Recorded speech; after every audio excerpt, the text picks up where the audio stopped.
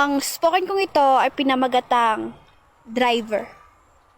Driver, 6 na letra pero napakarami na nila. Karamihan sinasabi ng iba, basta driver, sweet lover.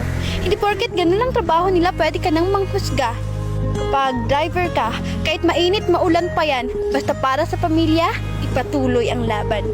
Hindi madali ang pagiging driver lang kasi sa bawat pag-alis nila, mga buhay nila nakasalalay.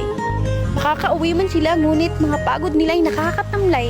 Pero kahit na ganun, may inuuwing ulam at tinapay. Driver, habang kayo nagmamaneho, hindi maiwasang manakit ang inyong mga katawan, mga pangangalay ng inyong mga kamay, at mga antok nyo'y nilalabanan. Pero mawawala lang lahat ng yun pag pamilya na ang nasilayan. Napapagod din sila, hindi lang pinapahalata, kasi nga may binubuhay na mga bata.